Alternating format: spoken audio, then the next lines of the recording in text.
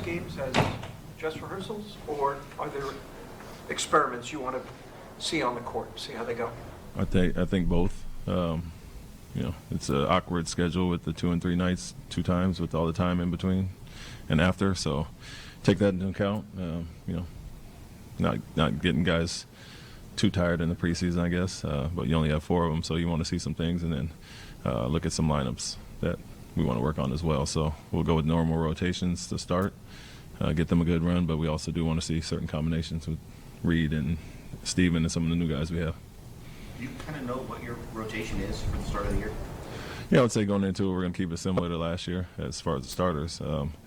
But these last 2 games, we do want to get a look at some guys together off the bench, and even, depending on who we bring in with the starters initially and how those lineups gel. And so luckily we have some guys that have started quite a bit, and you got a guy like Amen who we feel comfortable whether he comes in 1 through 4 and takes a lot of care of a lot of problems. Ime, I know you're looking for chemistry at this point. After a couple of games, what area do you like the most that you're seeing out of your guys right now? And is there a specific area you're disappointed in that you want to see progress this week? No, I'd say they're doing the things we asked. I think we haven't offensive rebound as well as we want to and got hurt on the other end as far as that. But some of those go-to lineup things and guys that are sitting out and quite a bit. And so take what you can from the games, but you're playing guys only half at times, and you're playing against only opponents, guys for only half, so you see what you can as far as that. But regardless of who's in, we want to play a certain way at a faster pace, rebound a little bit better, and then spacing and playing in less of a crowd. I'd say specifically the OKC game, we want to improve on that.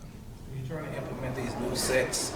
You do it in practice against each other, but how hard is it to do it in these preseason type games without giving away your game plan? Because this is a team you have to play regularly later on. Yeah, I would say you try to keep it vanilla as far as our schemes. I mean, the things we're going to work on regardless. And a lot of these games are really about us more so than the opponent. They'll present some things with how they defend specifically, but overall we're going to work on the things we need to improve on and keep it vanilla on our end.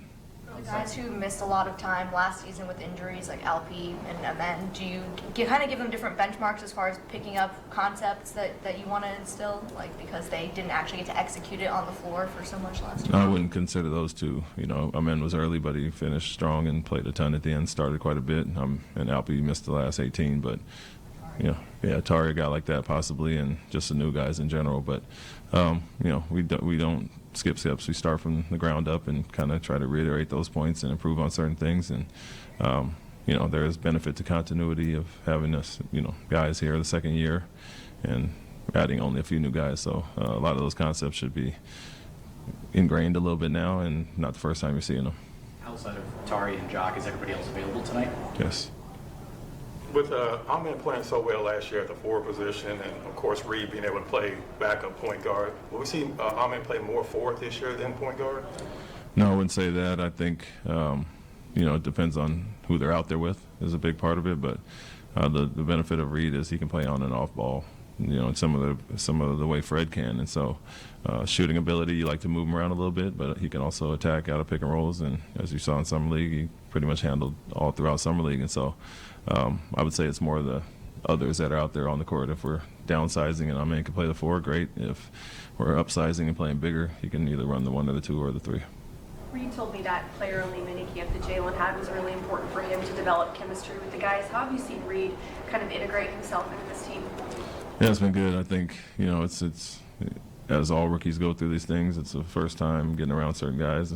You're playing Summer League with a few guys that you might be out there with, but for the most part, he really got around everybody for the first time in LA, and then getting together with guys throughout the month of September here was big for him as well. So it's good for him. It's funny to see the relationships that formed throughout training camp, and him and Steven have kind of gravitated toward each other. I don't know if it's at the 2 new guys, but it's an odd coupling, odd pairing there that they're shooting together and doing all these things after practice. But I think he's really receptive to hearing from the vets, and Fred has obviously taken him under his wing, but it seems like Steven has as well. So just getting on the same page, although Steven wasn't in LA, getting around these guys and building those relationships, he's obviously going to play a ton with certain players.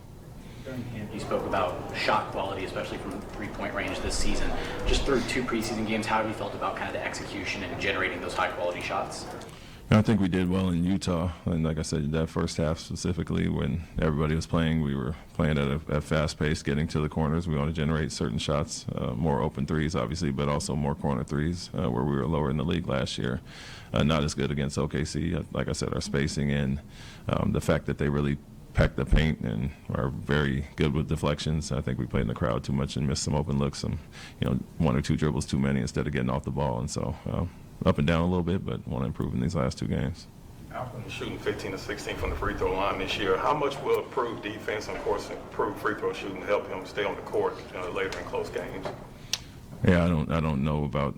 I never subbed him because of lack of free throw shooting for the most part. Guys have had ups and downs as far as that, but a lot of times you put your best defenders out there, and guys have got fouled at the end. We've made some and missed some, but.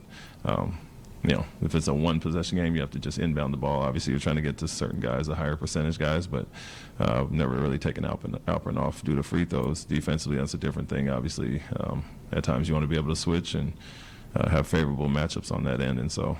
Yeah, that will keep him on the floor, as it does a lot of guys, but we're very specific with who we sub, at the end of the game, specifically for offense and defense, and the better he is, the more he'll be out there. He said that he kind of found a flaw with how he was shooting his free throws last year.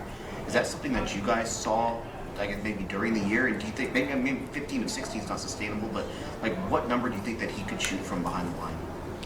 No, he has to improve in that area. A lot of guys do, honestly, but I think he had a good summer with some of our coaches over in Turkey, quite a bit. I think 6 weeks or so together, and so that work. The confidence there, and I'm sure all of our player development guys have some shooting background. A lot of them came up through Chip England and have learned from there, so they can look at certain things and try to implement those with him. And if he found something that works, obviously great.